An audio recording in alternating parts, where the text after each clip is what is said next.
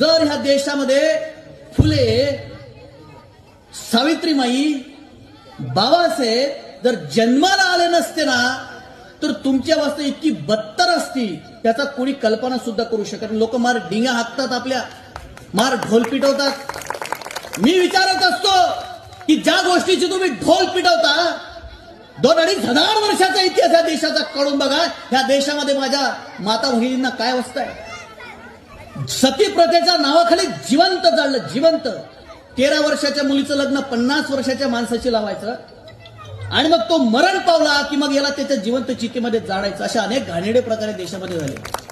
हे काय जुन्या गोष्टी नाही. खूप लोकांना वाटलं इतिहासातल्या गोष्टी नाही. या देशातली शेवटची सती महिला 1983 मध्ये राजस्थानमध्ये गेलेली आहे. फार पुरातन काळातल्या गोष्टी नाही आहेत.